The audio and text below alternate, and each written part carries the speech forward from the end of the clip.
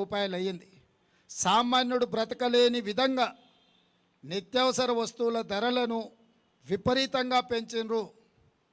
GST పేరు మీద దోపిడీ చేయడమే కాకుండా చేనేత పరిశ్రమ నుంచి కుటీర పరిశ్రమల వరకు జిఎస్టీ పన్నులు విధించి దోపిడీకి పాల్పడుతుంది కేంద్ర ప్రభుత్వము. భక్తులము అని చెప్పుకునే భారతీయ జనతా పార్టీ చివరకు అగరబత్తీలను కూడా వదలేదు జిఎస్టీల నుంచి. వాళ్ళు నమ్మే దేవుడికి కనీసము అగరబత్తీలు పెట్టడాన్ని కూడా జిఎస్టీ నుంచి మినహాయింపు ఇవ్వలేదు. శ్రీశ్రీ గారు చెప్పినట్టు అగ్గిపెట్టే సబ్బు పిల్ల ఏది కూడా కవితకు అనర్హం కాదు, కుక్క పిల్ల కవితకు అనర్హం కాదని శ్రీశ్రీ గారు చెప్పినట్టు ఈరోజు నరేంద్ర మోడీ గారి ప్రభుత్వంలో అగ్గిపెట్టే సబ్బు బిల్ల అగరబత్తి కూడా జిఎస్టీ బారి నుంచి తప్పించుకోలేదు. చివరికి చిన్నపిల్లలు చదువుకునే రాసుకునే పెన్సిల్ రబ్బర్ మీద కూడా జిఎస్టీ పన్ను విధించి పేదలు చదువుకోని పరిస్థితులు ఈరోజు నరేంద్ర మోడీ గారి పరిపాలనలో కల్పించిండ్రు. ఇట్లా చెప్పుకుంటూ వెళ్తే ఈ ప్రభుత్వం యొక్క దోపిడీని ఎన్ని రోజులైనా చెప్పొచ్చు. ఇదే కాకుండా ఇంకొక ముఖ్యమైన అంశం నేను గుర్తు చేయదలుచుకున్నా. 1947 15 ఆగస్టు నుంచి 2014 వరకు దాదాపుగా 67 సంవత్సరాలు 14 మంది ప్రధానమంత్రులు చేసిన అప్పు 55 లక్షల కోట్లు. 2014 నుంచి 2024 వరకు నరేంద్ర మోడీ గారు ఒక్కరే చేసిన అప్పు 113 లక్షల కోట్లు.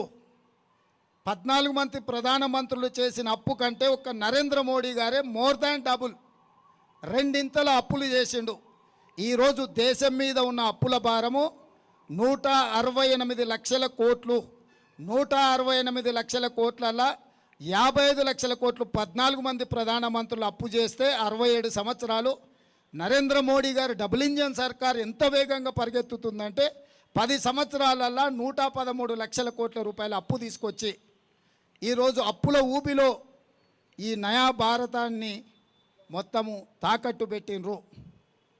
ఇట్లా ప్రతి రంగంలో పోర్టులు కావచ్చు, ఎయిర్పోర్టులు కావచ్చు, జాతీయ రహదారులు కావచ్చు, లేకపోతే పబ్లిక్ సెక్టర్ యూనిట్స్ నవరత్నాలు కావచ్చు, 60 లక్షల కోట్ల రూపాయల ఆస్తులు ఆనాడు కాంగ్రెస్ పార్టీ సృష్టిస్తే వీటన్నిటిని కూడా కార్పొరేట్ కంపెనీలకు 6 లక్షల కోట్లకు తెగనమ్మేసిండు.